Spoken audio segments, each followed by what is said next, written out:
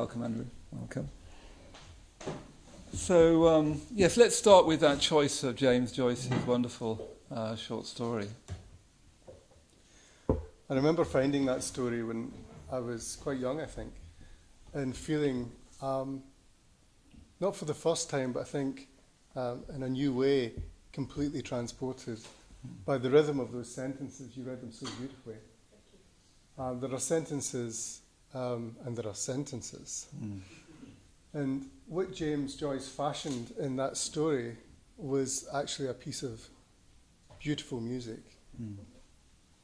I trust that even if English wasn't your first language, you'd hear something in those sentences. There's a grace there. There's a tremendous pulse of human existence.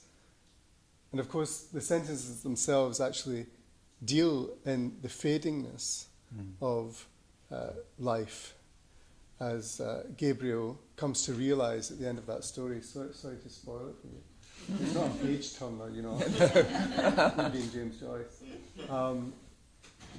He comes to realize in those dying moments of the novel that his wife, who he dearly loves, has never recovered from loving a young man who died and who's buried in that graveyard to the west of Ireland where the snow is falling softly, softly falling in those final sentences.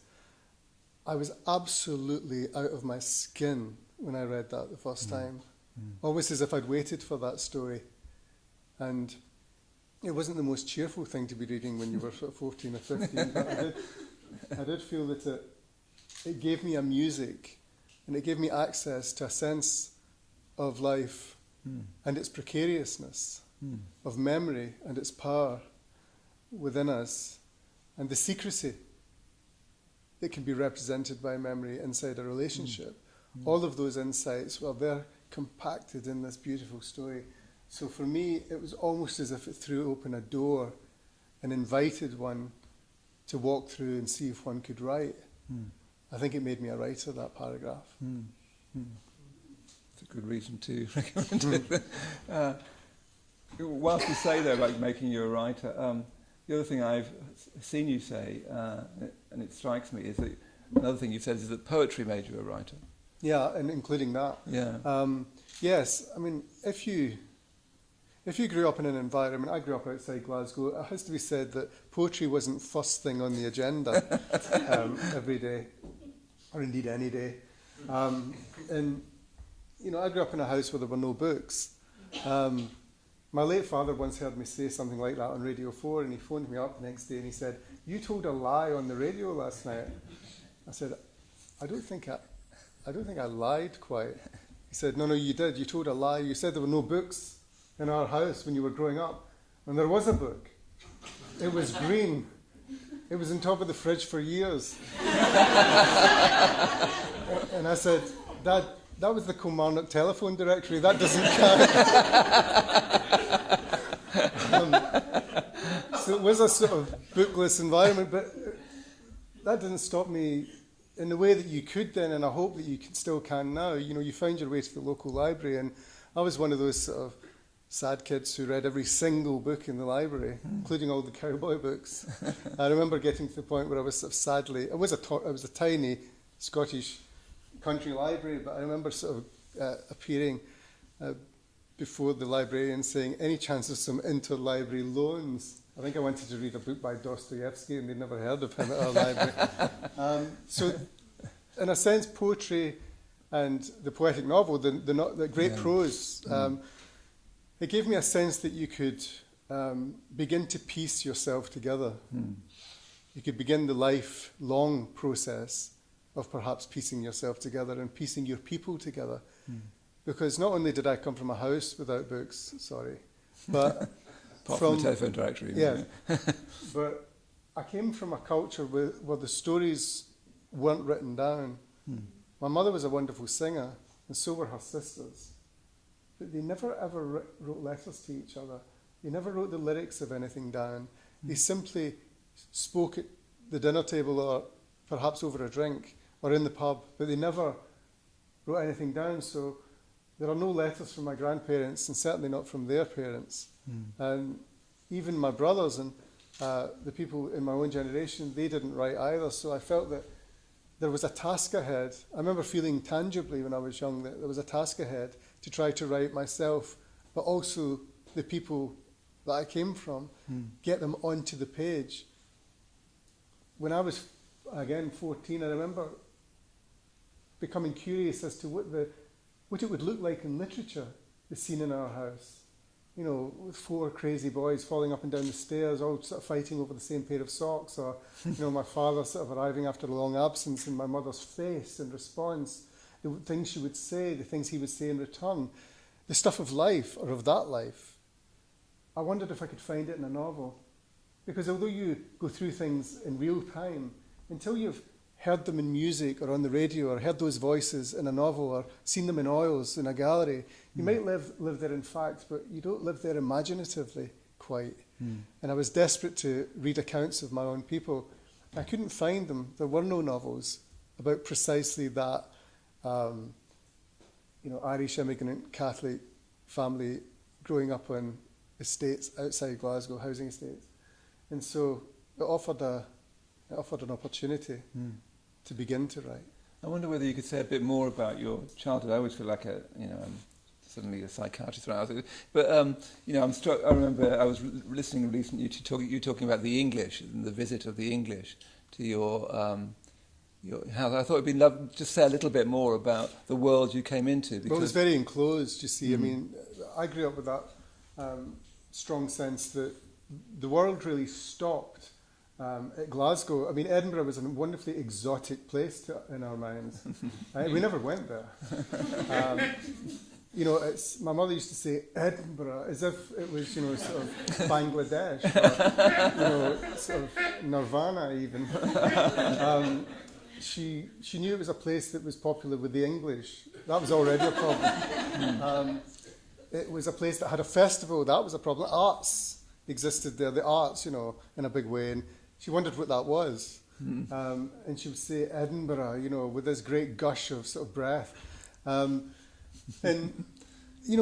Glasgow and the west coast of Scotland were, there was no money, to get down to brass tacks. I mean, it was quite a poor time then. I mean, in my school, I know there's this big fight going on with within the newspapers and within government about free school dinners. I mean, nearly every kid in my school had free school dinners. It was just a sort of given.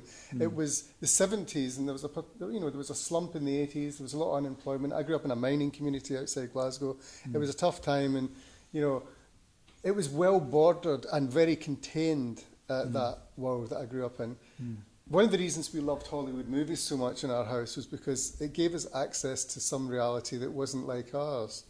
And we fell in love with it. And I think that stepping out of that into the world, it wasn't a step actually, it felt like a leap. Some English people came to the house, you referred to that. Yeah, my father was always going away to work, he's a joiner. And he went to work in the north of England quite a lot, or further down in England. England was an enormously dark tundra to us. It was this amazing place to the south that was, you saw people on television from England and you thought, wow, England and London, Jesus. I mean, this whole world of otherness. But my father would go there and he'd come back sort of twinkling with knowledge. And you'd look at him. He's been to England, we'd say.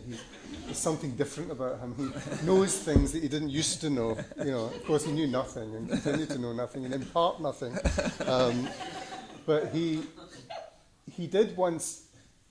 He was one of those people, my father, that especially in a Chardonnay rush, he would invite everybody to come to live in Scotland. So when he was working away, he would often say to his co-workers, "You must come to have your holidays in Scotland," not quite explaining to them that Scotland for us was not the glens, the hills, the lochs and the Western Isles. It was a sort of quite grubby housing estate, where you'd probably be quite risking it to go out after a certain time at night onto the streets. So I'm not being unkind to it. I mean, that's how it was. But he would invite people to bonny Scotland, and they would come, and you would see their faces sort of contorted with disappointment as they made their way towards the house. My brothers and I were evil enough to quite enjoy that. As they walked towards us, you could see them thinking, this is not Scotland or any place where I would want to bring my children. My father would be sort of ushering them into this sort of council house. It was hilarious. And there was nowhere for them to sleep. That was also hilarious. But there was this particularly pluckish family that came, or they would sleep in, wherever they could lie down in the end. But there was this particularly sort of disobedient family, is the only way I can describe them. They came, and the children were rogues. I'd never seen anything like it. Of course, we were very well behaved, and my mother was always plastering our hair down with with water and sort of pushing us out the door to school. We were all quite sort of well behaved. And these children came, and they were English children, and they did handstands up against the wallpaper. I'll never forget it. It was like, it opened up a new possibility for us. We thought you could be like that. You could say no to your parents, and you could sort of do handsprings around. And I remember them. The mother went and had a bath, and the bath lasted for 4 hours, and there was smoke coming from the bathroom. And my mother was having a sort of heart attack downstairs, and it was a great big cultural invasion. I knew that I was different from my brothers in the end, because I was still taking notes and loving it. At midnight, when they'd all long since felt ashamed and gone off to the box bedroom. But the invasion of the English lived long in my memory. It still does. It gave us access to the notion of that the people from the other place might be having a nicer time than us. So I went out to investigate that possibility. Cool. So perhaps we ought to turn to the novels at first, at least. I want to, of course, come back to The Secret Life, but the first thing that struck me again, looking at the novels again or thinking them through, is the sheer range. So, Be Near Me, I was very, very, very struck by that, as I've said, and it does seem very prescient, doesn't it? It suddenly seems. But I wouldn't have expected the next novel to be about Marilyn Monroe's dog, or from her point of view. And it's a very opinionated Marxist dog who reads Aristotle and Plutarch. Yeah. Even the houseflies in that novel talk about Schopenhauer. They are the most philosophic houseflies I can imagine. So I thought that's a big assumption you're making about flies. Yeah, I suppose it is. Doubtless they do read Schopenhauer. They've got all those eyes. They've got. So I wanted to say. Then after that we've come to the Illuminations. Which is set, and we'll talk about this more in a minute. Afghanistan and Saltaire. Saltaire, yeah. Yes. Yeah.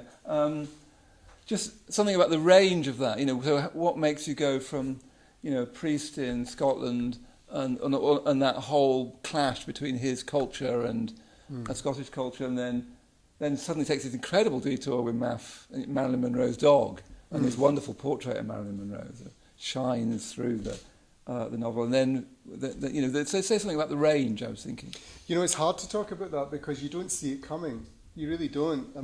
You work. When books are written sentence by sentence, you structure them, you labour over them. Each of these books take 3 or 4 years in my case, and you've always got plans. I always had ambitions when I was writing Our Fathers or Be Near Me, the first novels, which were rather chamber piece novels. They were set within 1 or 2 families and environments very like the environment that I grew up in. So I felt I knew them very well, and their concerns, whether spiritual concerns or economic concerns, were very known to me. And the tale that I wound around those characters was very native to me. And that mattered a lot in those books, that I knew the rhythms of the speech that were there in the book, and I was very much, if you like, ingrained in their world. And I wanted to bring the reader into that grain, to let them feel the sort of the shape and the texture of those lives. One of the reasons I love fiction is that I think it can do that. It's a way of inviting the communion of another human being into something that they might never have otherwise encountered. We do that in our own relationships, of course. And I think a novel is just, in a sense, it's the most ambitious thing you can do artistically, certainly as a writer, because you're creating a hinterland and a psychology and a society and an inner landscape for a collection of people who aren't exactly you. And that gets you to your keyboard again and again. But once in a while you see up ahead of you something that's a rather sort of different looking city, and you make a decision whether to walk towards it or not as a writer. And I could see that there was a strange menagerie up ahead, populated by over-learned animals. Yes. And it sort of caused me to do something as a fiction maker which I knew was important to me, which was to go right back to basics. By basics, I mean right down to the basics of consciousness.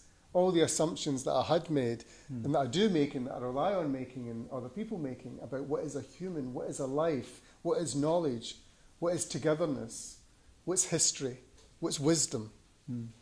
You're no good as a novelist if you aren't re-asking yourself those questions all the time.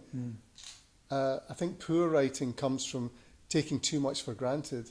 One must give everything its due. I'd like to think if I wrote a novel from the point of view of that glass of water, that I'd give the water its due. And of course that might be an impossible task in the end to achieve in language, but maybe a poet would manage it. Maybe it's something that could be handled, the weight, the measure, the shine, the gleam, the existence, the beginnings of, the ends of, and then you start attributing hopes and fears to the inanimate object. You're into a whole new territory.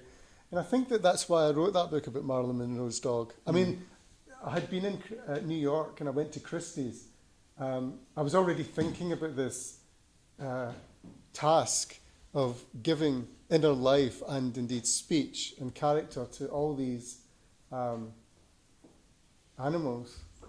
And I was in Christie's because they were selling Marilyn Monroe's personal belongings. There was a great big sale. And so I somehow got myself into this, and it was an absolutely bizarre situation. Slightly telling about modern life and modern art, that these rich people were gathered to spend as much as they could on sort of Marilyn Monroe's old lipsticks and hair rollers and dresses. And anyway, at one point during the sale, this thing came up on the screen, and it was 4 Polaroid pictures of a little Maltese terrier called Mafia Honey. It was given to Marilyn Monroe by Frank Sinatra in December 1960. She called it Mafia Honey as a kind of joke about his alleged mafia connections. And I knew about this dog, and I'd gone there specifically to see what would happen with these Polaroids. What happened, so as not to leave you disappointed, is that they went for $150,000. Oh, really? But also I left there, and I just couldn't sleep in the hotel that night because I could hear the dog's voice.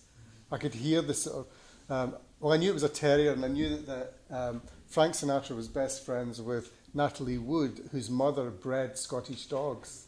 And I was particularly interested in a possible connection between them and the dog who was there. It's known the dog was there for the last 2 years of Marilyn Monroe's life. She died in Hollywood on the 5th of August 1962, and I knew that the dog had been there because I'd seen the dog in photographs taken by the police when they arrived at the house.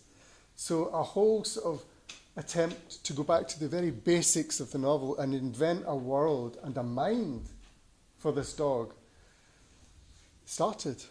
And I stayed up all night in that hotel room, and by the morning when the light was coming through the curtains, I absolutely could hear the dog's voice. It took me another 4 years to write the book. I mean, it took me 4 years of writing every day to write the book. But I had a strong sense by the end of that morning that this dog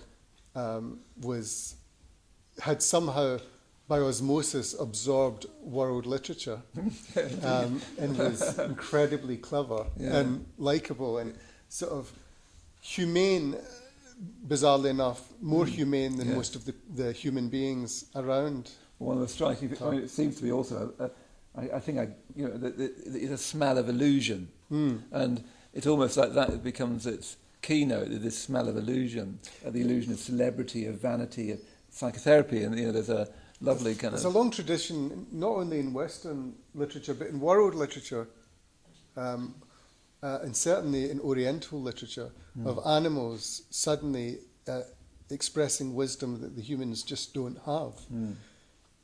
The great poet of my childhood was Robert Burns, of course, and Robert Burns' great poem, The Twa Dogs, The Two Dogs, where 2 dogs meet in the highway to discuss the bad behaviour of the local landlord. It's just a masterpiece. I mean, taken from Catullus, taken from the Latin influence. I mean, it's there at the beginning of literature.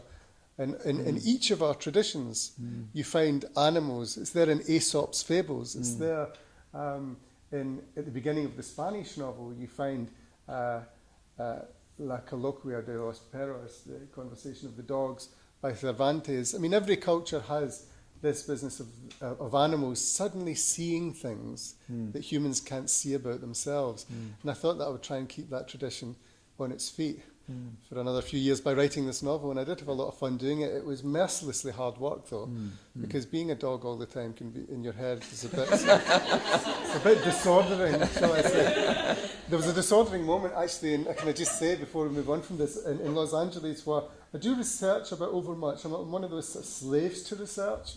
I love research, and if you give me a task, I'm very biddable. I'll go out and sort of find out everything, and I do a lot of pavement pounding. I've always, since I started writing when I was writing books when I was 23, and I was on the pavement all the time asking people questions. And I happened to be in Bel Air researching Martha the Dog, this novel, and I wasn't exactly crouched down. But I was closer to the sidewalk, as they like to call it, than might be normal. In fact, there wasn't quite a sidewalk, as there isn't in LA, as many of you will know. So it was the side of the road in this rather plush area of Los Angeles, and I was sort of trying to look up the hill from the dog's point of view to see. I was interested in the fact that each of the houses on the way up the hill was a fake house. So there was a simulacrum of the perfect Italian villa. And behind that was a French chateau. And behind that was the perfect English country cottage. And I knew that a paragraph would happen where, from the dog's point of view, about looking at how this sort of world's fakery came to live in LA. And it was rather wonderful. So anyway, I was sort of rehearsing and looking up the hill, and suddenly I felt this sort of tap on my shoulder. And I looked up. This is the unmistakable sight of two police officers with those mirror specs on. And the gentleman said, "Could you stand up, sir?" And I did. He said, "Can I see your driver's license?"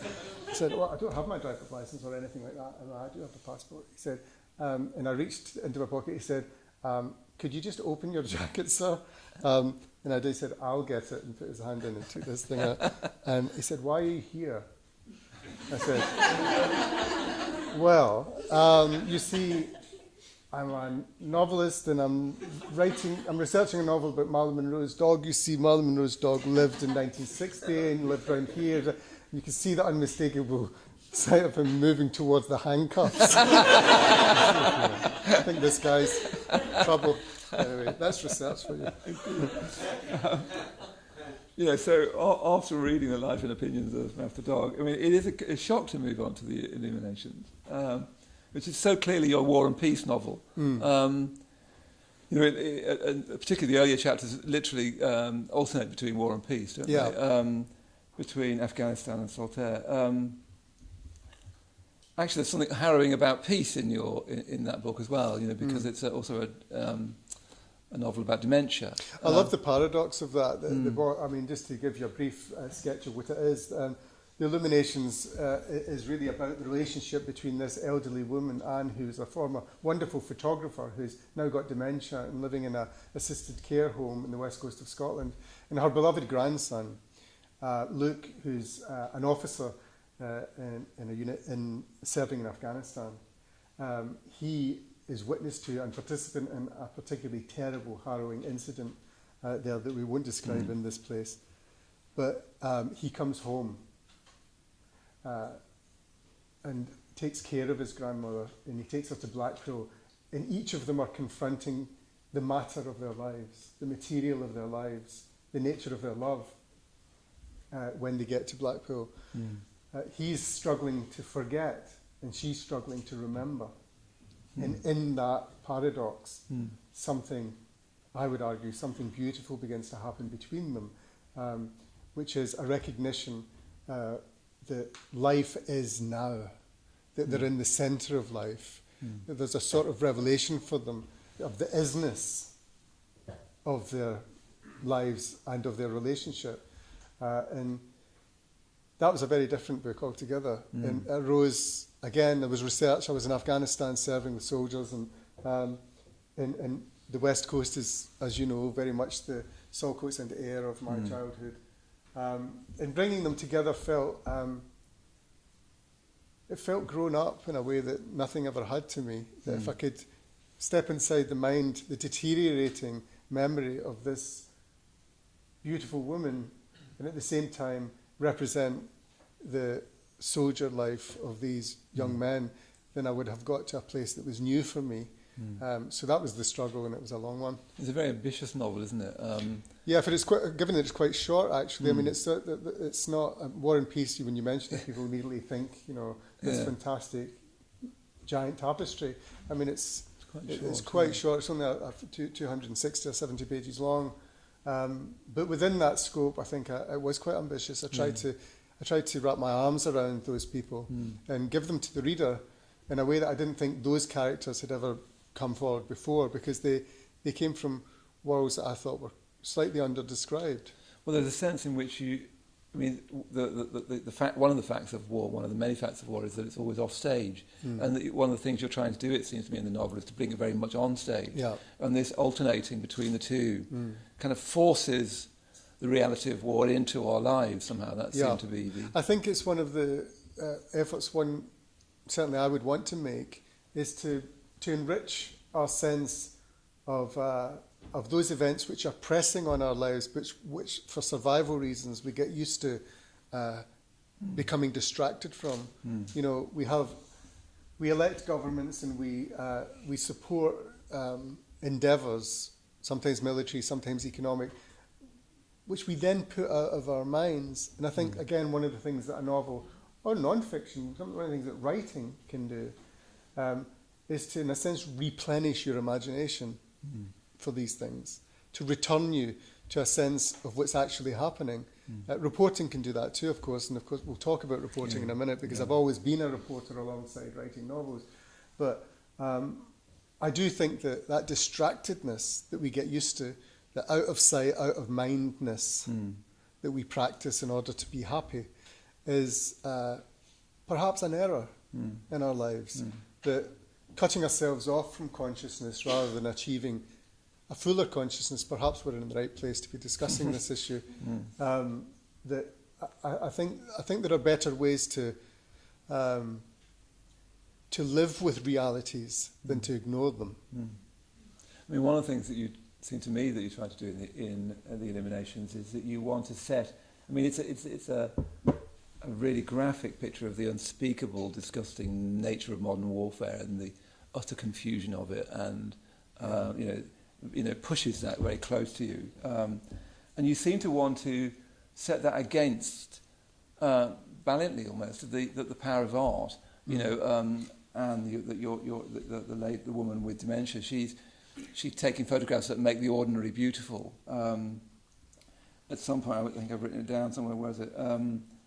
You talk about a readiness for art was equal to a capacity for life. That's one of the things you say in the Illumination. So I wonder whether you say something about that relationship that I think that you're trying to... I mean,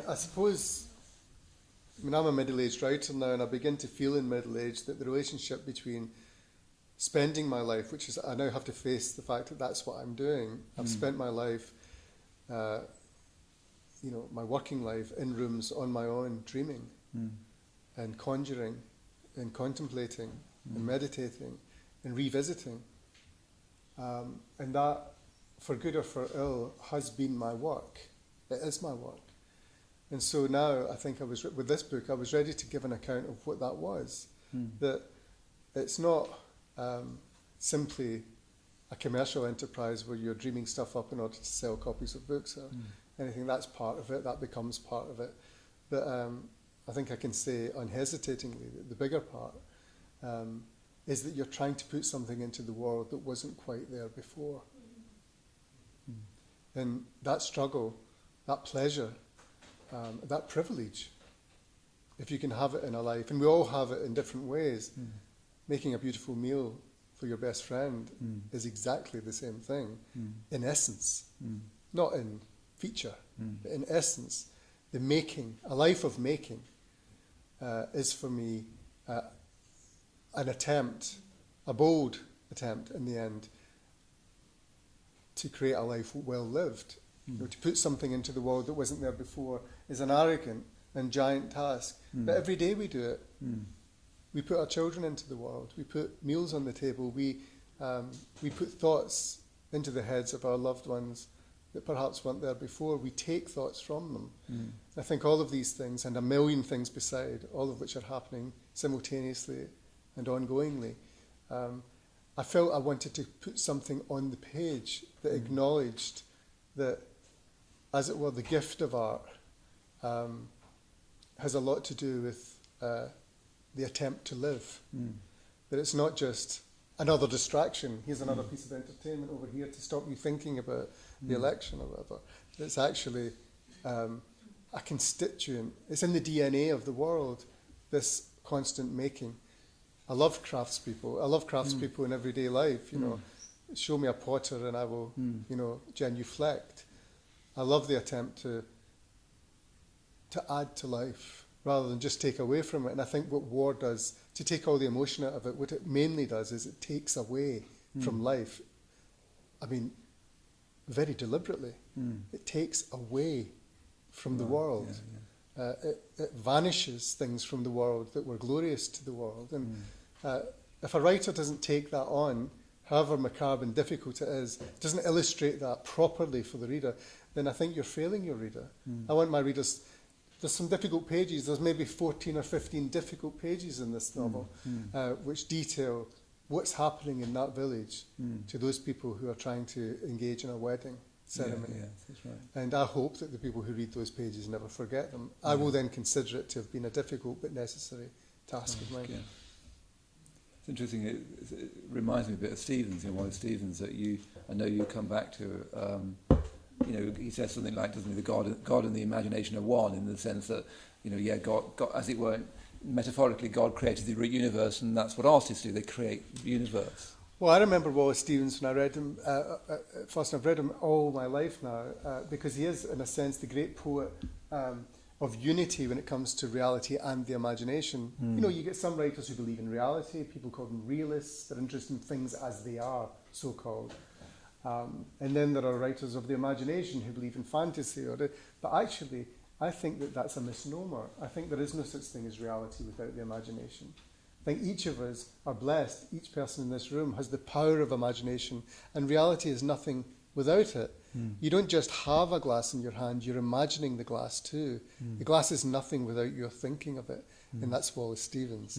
You know, not the thing itself, but the idea of the thing, he said. And we find that every day. I talked before about giving things their due. I think the world would be a happier place. And there should always be classes at school called Giving Things Their Due. I would support it. You know, teachers to come in, perhaps you people to come in and hand an orange or an apple to each of the children and let them feel the isness of the apple and give the apple its due. The texture, the feel, the weight of it. Give it its due. And one day you might give people their due too. Search them, feel their weight, their measure, their amplitude. Give them their due. And start with these things around us. The reality of it doesn't exist without the human imagination.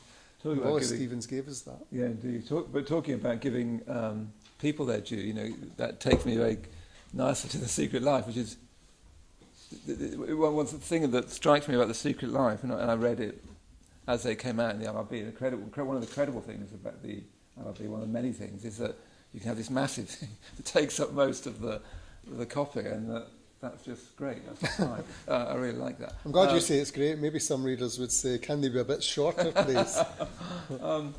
But it's a very dark book. I mean, in your invention of Ronald Pym, you actually talk about the dark web, for instance, which I never even heard of. But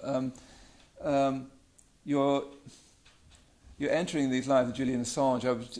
I remember when I read that.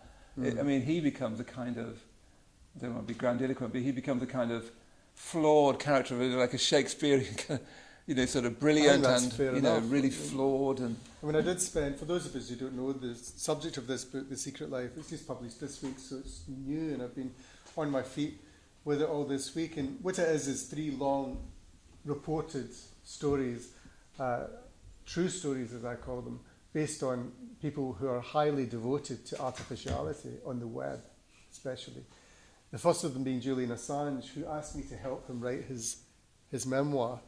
And so I went to live with them in this house in Norfolk, and that was 5 months of shall we say, trial. Yes. It was quite something. 5 months with Julian Assange, he was a man who was conflicted at the deepest level. He is a man who has an ambition of such quality and a capacity for goodness in society, I think, for making society better. Proper idealist, but unfortunately afflicted with more than his fair share of human frailty and narcissism, almost. The inability to see other people in front of him as being entirely as human as he is might be counted an unwise state of affairs for somebody interested in humanity.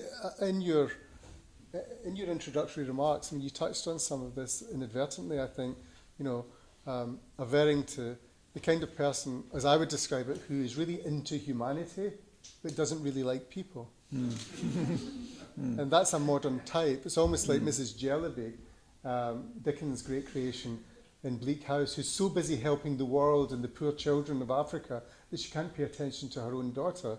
And there's a touch of that abroad in the world at the moment, where looking after humanity and taking a great interest in the forward progress of humanity can often be a bit an excuse for trampling over people. Indeed, And I'm alert to that, and I think that the book, in a sense, looks into that, and especially looks into the way that the web has, among its many beauties, and I would insist before saying anything, how wonderful the web has been. It changed our lives. It's changing our notion of how to be.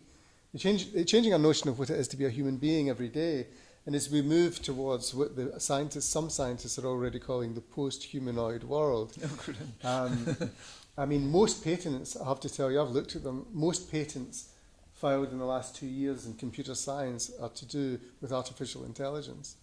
We're already in that zone. We'll be asking ourselves questions about, fundamental questions about, actually, what is a human being again? Because we actually have these things in our lives talking to us and representing us who aren't human. So let's remember what is human. If we're talking about giving things their due, we would be constantly facing the most fundamental questions. They're coming up. But meanwhile, the web has become a giant fiction machine, as well as the other great things that I mentioned. It's great for charity, for publishing, for knowledge, for life, for connectivity, but it's desperate for divorcing people from a sense of reality and its responsibilities. Facebook admits now that there are upwards of 78 million fake Facebook accounts. That's to say there are 78 million, at least, people who find it necessary to live more than one life on the web in order to live the life they want. That's just a way of thinking about where we are. So if there's a self-centered way of thinking about life, then it's under fire at the moment, or at least it's under mutation. And that mutation is what I try to write about in the LRB on a few occasions. I found myself invited into company with these self-mutating or self-multiplying figures, and bringing the news back from there for the readers, and now for the readers of this book, it felt like the right thing to do for me. The story spoke to me in a way. I mean, they have a connection to the novels and to these divided figures that I've always written about, people for whom selfhood is a little bit precarious. I mean, my first book was called The Missing, and it was about, missing people, and selfhood as a precarious notion has always been with me. And it's the latest manifestation is really in this book, I guess. But also you're trying to do that sort of almost impossible thing, which is describing the present. It's so difficult to talk about the present in a certain sense. It is, because the references are thin on the ground. I mean, we're living among it, but in a literary sense, and even in a journalistic sense, sometimes it's just not there. For example, when I was with Julian Assange and his colleagues, there was one moment where, just to give you a little sort of picture here, we were in this house in Norfolk where he was under house arrest effectively. He had a bracelet, an electronic bracelet around his anklet. And he had to report to the police station every morning. One evening, as I was leaning against the aga and can still feel the heat sort of radiating through as I watched this thing in front of me, which was that Mubarak, during this was right in the middle of the Egyptian uprising, Mubarak had realised too late that the revolution was being organised and run by social media, via social media. So he closed down the internet in Egypt.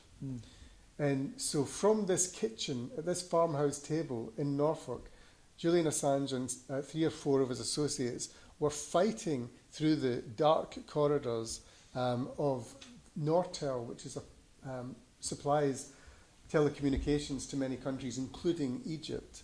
They were hacking through the corridors, the levels, the digital reality of these servers in order to restore the internet to the people of Cairo who were conducting this revolution. And I remember the moment where there was a heightened shouting atmosphere in the room, and code was being passed from hand to hand, and something incredible was happening. And then on the screen, I saw the moment where they basically beat Mubarak's official government hackers, got through, restored the internet, and you saw people on the television holding up their phones thousands of miles away. That scene is new to the novel, it's new to the movies, it's new to life. So you're right, sometimes your job is just to simply be there. And I mean, you're trying to get the present. Trying to get the present as it's happening is probably the hardest thing of all, indeed. really. Yeah, yeah. I mean, reflection is one thing, and the time to look back, and I've done a fair amount of that, but being in that room and knowing that despite all the ironies and the human complications that I'd write about in relation to those characters, there was something heroic about that moment, that in this Jane Austen-style house, this was happening. So that's a great opportunity for a writer. So I need to sort of move to a close, but as you know, in one of the things again I was struck by in the Illuminations, you describe art as a moral adventure. You know, your life has been very much a life of writing, both you know as your essays. And I was going to ask you about whether Orwell was an influence on you, because it very strongly has that sense of moral purpose of you know, trying to say, here's what I think's happening, and here's what we need to look at. And remember your article in the LRB on violent video games, for instance, and what I remember being struck by what an important thing that is to write about, because we don't know what these things are doing to consciousness. We don't know the effect that all this is having on us. I think so long as you realise, and one's always allowed to realise, made to realise, but in a context like the London Review, is that you're one voice. Yeah, of course. I mean, you mentioned Orwell. I mean, Orwell's a great hero of mine. I mean, he will always be a great hero of mine. I read him when I was young. I don't see myself in any sense trying to continue anything of his. I mean, I wouldn't dare. But I do feel blessed to have read him and to have learned that you can actually go ahead and try to write about the present in all sorts of ways, including in a novel. Yeah. And great writers give you courage. You know, that's the big thing. And I've had a lot of courage from those writers that I've loved reading and continue to read, but also from my colleagues and from the context in which these pieces are written, from my colleagues primarily at the London Review, who are behind me and with me and growing with me and changing with you and challenging you and upsetting you. And you know, that's the context in which you can try to go for good work. And trying to go for good work in the end that's the business. So that's you. You know, that's you writing. So why should I just wanted to finish? Why should we read? I find it hard to imagine the poverty of life without reading. I mean, I'm an especially hysterical example of this thirst for reading. I mean, coming in a car here tonight, I need to finish reading things that I've got in my mind. I need to, you know, there's another 10 minutes, I could maybe get through this paragraph. And, you know, that's not to say that, you know, the moments when you're not reading are empty moments. They're not, but the fact that reading's always there, and there'll be a human being about to sort of introduce something to you that wasn't there. It just wasn't there before. Or if it was there, it wasn't there for you. I just love the raw communication of that. It's as big as love to me. It's on that level of communion. So without it, it would be not just the unexamined life that the oracles told us wasn't worth living, but a life of supreme boredom and emptiness. I love the fact that I have that connection. There's always another book to take down and another life to inhabit. It's a great place to finish. Thank you very much, Andrew. Thank you.